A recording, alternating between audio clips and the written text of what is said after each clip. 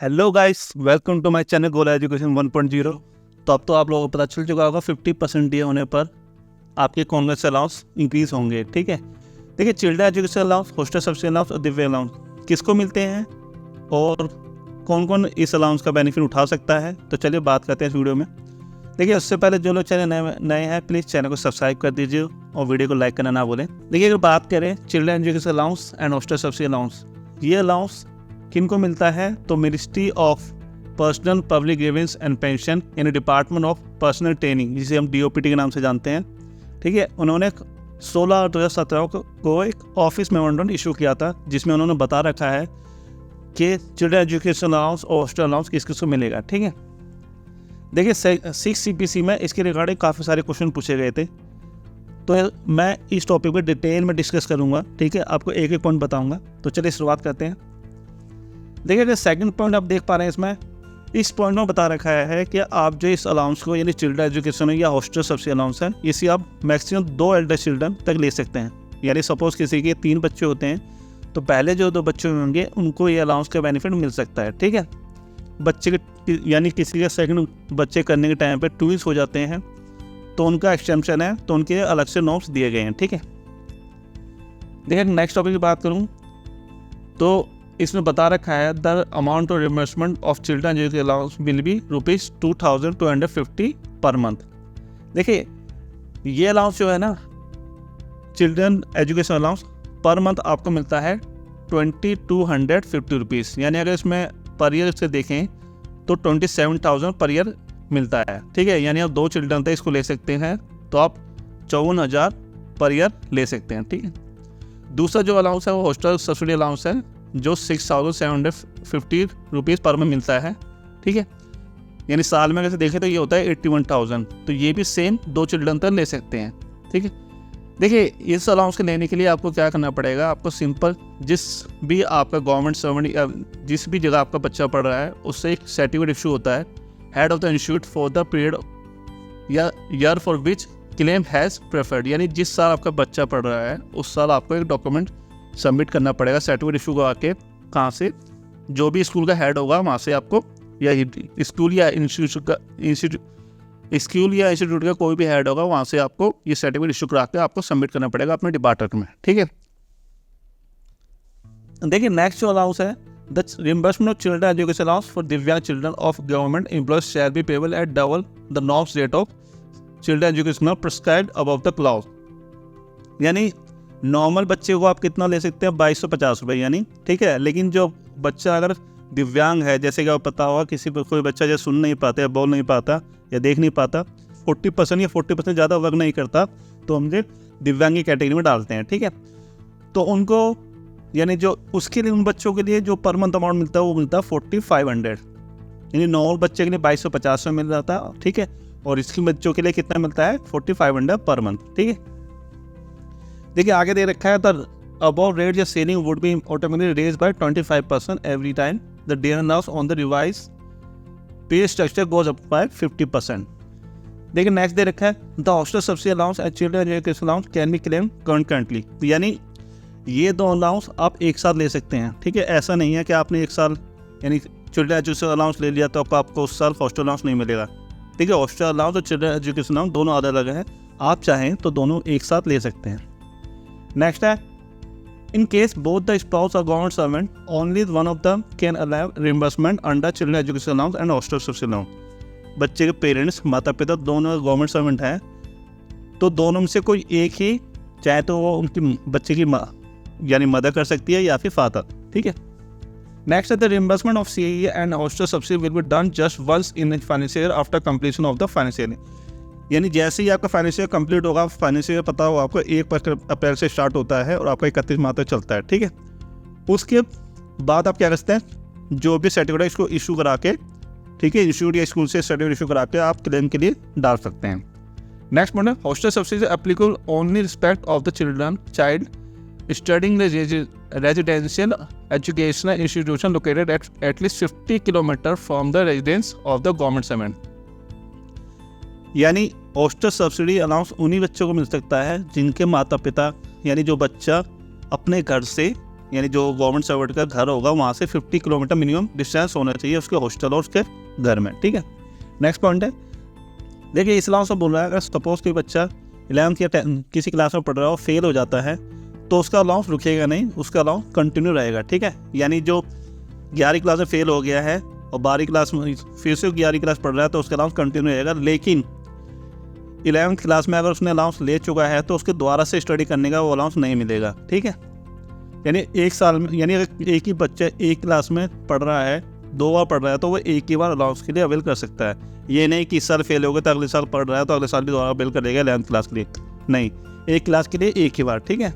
या कोई बच्चा जैसे किसी दूसरे स्कूल में शिफ्ट होता है, जैसे कोई बच्चा 8वीं क्लास से दूसरे स्कूल में जाकर 9th क्लास में करता है, ठीक है, या 8th क्लास से जाकर उस दूसरे स्कूल में जाता है और उसमें भी 8th क्लास में ही एडमिशन ले लेता है तो भी अलाउंस उस साल का अलाउंस नहीं मिलेगा, ठीक है। यानी दोनों क्लास के डिफरेंस होने चाहिए। यानी सपोज आप 6th क्लास में कोई बच्चा पढ़ रहा है, उस क्लास में फेल हो जाता है तो उस साल का अलाउंस एक बार ले चुका है तो अगले बार नहीं मिलेगा, नेक्स्ट अलाउंस तब मिलेगा जब वो अगली क्लास 7th क्लास में पहुंच जाएगा, ठीक है। लेकिन नेक्स्ट बोल रहा है, if a government servant dies while in service the children education allowance और hostel subsidy allowance shall be admission in respect of his or children subject to observance of the condition for his grant provided to the wife husband of the disease is not employed in service of the central government, state government, autonomous body, PSU, semi government organization such as municipality। देखिए इसमें बोल रहा है यानी किसी के माता पिता जो भी गवर्नमेंट सर्वेंट होंगे, सपोज वर्किंग यानी सर्विस के टाइम पे ही उनकी डेथ हो जाती है, वाइल इन सर्विस यानी जो काम करते हैं उनकी डेथ हो जाती है, तो जो अलाउंस होंगे वो अलाउंस स्टॉप नहीं होंगे उस बच्चे के लिए, ठीक है। यानी जब तक वो बच्चा 12वीं क्लास पास नहीं कर लेता या फिर 20 साल का नहीं हो जाता तब तक वो अलाउंस कंटिन्यू रहेंगे, ठीक है। नेक्स्ट है, in case of retirement, discharge, dismissal और removal from service, CE hostel subsidy allowance admission till the end of the academic year in which the government service ceases to in service due to retirement. देखिए इस point में क्या बोल रहा है, जैसे किसी का कोई बच्चा 12th क्लास में है और वो बच्चा 11th क्लास में है और उसके माता पिता रिटायर होने वाले, ठीक है, वो रिटायर हो गया दिसंबर में, लेकिन जो स्कूल होगा आपको पता है बच्चे का स्कूल नॉर्मली मार्च तक चलता है तो वो अलाउंस मार्च तक कंटिन्यू रहेगा, ठीक है। यानी ऐसा नहीं है कि अगर माता पिता दिसंबर में रिटायर हो गए तो वो बच्चा उस एकेडमिक ईयर का अलाउंस नहीं ले सकता, वो बच्चा उस एकेडमिक ईयर का अलाउंस लेगा, ठीक है। नेक्स्ट पॉइंट है, the upper age limit for divyang children has been set as 22 years. यानी देखिए जो दिव्यांग चिल्ड्रन होते हैं उनके लिए जो अपर एज लिमिट है वो है 22 ईयर्स। वहीं अगर जो नॉर्मल स्टूडेंट हो यानी जो बच्चे होते हैं उनकी एज लिमिट लिखी गई है 20 साल या फिर 12th क्लास जब तक वो पास नहीं होता तब तक, ठीक है। और उसके अंदर मिनिमम एज की कोई कैपिंग नहीं है, ठीक है। Reimbursement of CE and hostel subsidy shall be applicable for children from class nursery 12, ठीक है।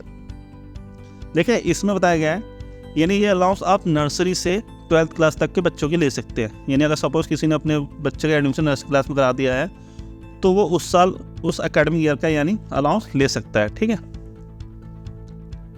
नेक्स्ट पॉइंट है, CE is allowed in case of children studying through correspondence distance. देखिए अगर कोई बच्चा डिस्टेंस या कॉरस्पॉन्डेंस से पढ़ रहा है, आपको पता होगा जैसे इस दिल्ली यूनिवर्सिटी में ओपन लर्निंग होते हैं, ठीक है, तो वो अलाउंस उन बच्चों को भी मिलेगा, ठीक है। नेक्स्ट है, the CE and hostel subsidies admission in respect of children studying from 2 classes before class 1 to 12 standard and also for the initial 2 years of A diploma certificate course. देखिए इस पॉइंट पे क्या बोल रहा है, इस पॉइंट में बोल रहा है अगर कोई बच्चा 10th क्लास के बाद, जैसे कोई आपको पता होगा 10th क्लास के बाद ITI पॉलिटेक्निक ये सब स्टार्ट हो जाती है, तो बच्चे उस साल के भी इस अलाउंस को ले सकते हैं। लेकिन अगर कोई बच्चा उन 2 साल के बाद कोई 11th 12th दोबारा से करता है, ठीक है, तो अलाउंस नहीं मिलेंगे क्योंकि एक बार अच्छा यानी जो ITI या इंजीनियरिंग एडिशनल टाइम पे ले चुका है अलाउंस तो फिर अलाउंस वो नहीं मिलेंगे, ठीक है। यानी आप या तो ITI के टाइम पे ले लो 10th के बाद 11th 12th, क्योंकि आपको पता है ITI 2 साल की या 3 साल जो भी जितने साल की भी होती है उसमें आप ले सकते हैं, लेकिन वो एक ही बार अलाउंस अवेल कर सकते हैं, ठीक है। नेक्स्ट है, इन रिस्पेक्ट ऑफ स्कूल या institute in at nursery primary middle level not affiliated in to any board of education, the reimbursement under the scheme may be allowed for the children studying in a recognised school या institution, ठीक है। देखिए इस case में बोल रहा है जो बच्चे का इंस्टीट्यूट होना चाहिए अगर वो किसी बोर्ड से एफिलिएटेड नहीं है तो वो स्कूल या इंस्टीट्यूट गवर्नमेंट के अंडर में क्या होना चाहिए, रिकॉग्नाइज होने चाहिए, ठीक है, यानी गवर्नमेंट के जुडिशरी में होने चाहिए, तभी वो अलाउंस मिल सकते हैं। नेक्स्ट है, in case of divyang children child study in institute aided और approved by the government centre, ठीक है, और यूटी एडमिनिस्ट्रेटर और rules fees are approved by any of this authorised, the children education allowance paid by the government service shall be reimbursed irrespective of whether the institute or is recognized or not. In such cases, the benefits will be admissible till the child attain the age of 22 years. यानी इस तरह के इस point में बोला है, कोई बच्चा दिव्यांग चिल्ड्रन है, वो कुछ ऐसे इंस्टीट्यूट में पढ़ता है या स्कूल में पढ़ता है जो सेंटर या स्टेट गवर्नमेंट अप्रूव्ड है, या फिर उन्हें जो फीस जो है उसकी फीस सेंटर या गवर्नमेंट अप्रूव करती है, ठीक है, यानी वो स्कूल नहीं है, लेकिन एक तरह के लगा लीजिए इंस्टीट्यूट ऐसे हैं जिन्हें सेंटर या स्टेट अप्रूव, यानी जो कोई एड प्रोवाइड कराती है, तो उस केस में उस बच्चे को अलाउंस मिलेंगे, चिल्ड्रन एजुकेशन अलाउंस और हॉस्टल अलाउंस जो भी है वो मिलेगा। कब तक? जब तक बच्चा 22 साल का नहीं हो जाता, ठीक है। देखिए नेक्स्ट बोला, the C is payable for the children of all central government employees including citizen of Nepal and Bhutan. देखिए इसमें बोल रहा है, अगर कोई सेंट्रल गवर्नमेंट एम्प्लॉय है, यानी भूटान या नेपाल से है, और वो इंडिया में वर्किंग है, ठीक है, गवर्नमेंट वर्क जॉब कर रहा है, तो उसको क्या करना है, A certificate may be obtained from the concerned Indian mission that the school is recognized by the education authority, have its jurisdiction over the area where the institute is situated. यानी जो उसकी सर्टिफिकेट इशू कराना पड़ेगा कि इसमें Indian mission के under में, ठीक है, जो कि रिकॉग्नाइज होना चाहिए, और जिस भी स्कूल में बच्चा पढ़ रहा है वो इंडियन गवर्नमेंट के जुरिडिक्शन में आना चाहिए। देखिए जितने भी इंस्ट्रक्शन है ये कब से चालू हो चुके हैं, यानी जो कम इफेक्ट फ्रॉम 1 जुलाई 2017 से ये इफेक्ट में आ चुके हैं अनाउंस, ठीक है। देखिए नेक्स्ट अलाउंस है, special allowance for child care for women with disabilities. यानी देखिए किसी वुमेन का अगर बॉडी पार्ट्स वर्क नहीं करता है मिनिमम 40%, तो उसको डिसेबिलिटी पे काउंट किया जाएगा, और मिनिमम 40% ये कैटेगरी होना चाहिए, यानी बॉडी पार्ट मिनिमम 40% वर्क नहीं करना चाहिए, ठीक है। दूसरा, अगर उस वुमेन का कोई बच्चा या चाइल्ड बर्थ होता है तो उसे हर महीने 3000 रुपये दिए जाएंगे special allowance for child care, और वो कब तक मिलेंगे, जब तक बच्चा 2 साल का नहीं हो जाता, ठीक है। और ये अलाउंस कितने बच्चों तक मिल सकता है, ये अलाउंस मिल सकता है 2 बच्चों तक, ठीक है, मैक्सिमम 2 बच्चों तक, एल्डेस्ट जो होंगे बच्चे उन तक, ठीक है। ये अलाउंस भी आपका 25% इंक्रीज होगा, जैसे DA 50% होगा। लेकिन नेक्स्ट अलाउंस की बात करूँ, ड्रेस अलाउंस आपका, देखिए कैटेगरी ऑफ एम्प्लॉयज बता रखा है, और रेट ऑफ पर एनम यानी पर एनम कितना किसको अलाउंस मिलता है ये सब बता रखा है इसके अंदर। SPG की बात करें जो ऑपरेशनल है, ठीक है, यानी जो ऑन ड्यूटी है उनको कितना मिले 27,800, और जो नॉन ड्यूटी है, ठीक है, उनको कितना मिलता है 21,225 रुपये, ठीक है, पर ईयर अलाउंस है। वहीं अगर देखो नर्सेस की बात करें तो उन्हें मिलता है 1800 पर ईयर, ठीक है, उनका अलाउंस थोड़ा अलग होता है, उनको 1800 पर मंथ मिलते हैं। देखिए सेम अलाउंस आपके जितनी भी अलाउंस है ये सब कितने होंगे, 25% इंक्रीज हो जाएंगे जब DA आपका 50% इंक्रीज होगा, ठीक है। देखिए नेक्स्ट अलाउंस आपका HR है, इसमें क्या बोल रखा है, इसमें 7th पे कमीशन जब स्टार्ट हुआ था, ठीक है, तो इसमें आपको बताओ X सिटी वाइज और Z के लिए अलग अलग अलाउंस बनाए गए थे HRA में। तो X सिटी के लिए 24% था, और Y के लिए 16%, और Z के लिए 8% था, ठीक है। और जो मिनिमम जो अलाउंस रखा गया था, यानी X सिटी के लिए 5400 रुपये, Y के लिए 3600 रुपये, और Z के लिए आपका 1800 मिनिमम ये रखा गया था। यानी अगर किसी पर्सन का एक्सिटी में जो है उसका अलाउंस 5400 रुपये कम बन रहा है, यानी 4700 रुपये मान लो HRA बन रहा था, तो उसका मिनिमम 5400 रुपये रखा गया था उस टाइम, ठीक है। और आगे बोला गया है, नेक्स्ट पॉइंट है, जैसे ही DA 50% 25% इंक्रीज होगा, जो आपका अलाउंस है 3-2-1 की रेशो में बढ़ जाएंगे, ठीक है। यानी XCT का 27% हो जाएगा, Y का 18% और Z का 9%। सेम जैसे ही DA दोबारा 25% बढ़ेगा, यानी 50% होगा, तो इन अलाउंस में दोबारा से इंक्रीमेंट आपका होगा, ठीक है। तो XCT के लिए आपका HRA कितना हो जाएगा 27, XCT के लिए हो जाएगा आपका 30%, YCT के लिए हो जाएगा आपका 20%, और ZCT के लिए आप कितना हो जाएगा आपका 10%, ठीक है। ये ऑर्डर भी कब से चालू हो चुके हैं, ये ऑर्डर जो है आपके this order shall be effective from 1 जुलाई 2017, ठीक है। देखिए XCT YCT क्या होती है गवर्नमेंट ने बता रखा है, और जो नोटिस में DOPT की आप साइट पे जाकर देख सकते हैं। XCT दिखा रखा है आपका हैदराबाद, दिल्ली, अहमदाबाद, बेंगलोर, ठीक है। सेम ग्रेटर मुंबई, पुणे, चेन्नई, कोलकाता, ये सब आपके XCT में आते हैं। YCT जैसे कि आप देख पाएंगे अमरावती, नागपुर, ये सब YCT में आता है। इन सब के अलावा जो भी सिटी बची वो आपकी ZCT में काउंट होती हैं, ठीक है।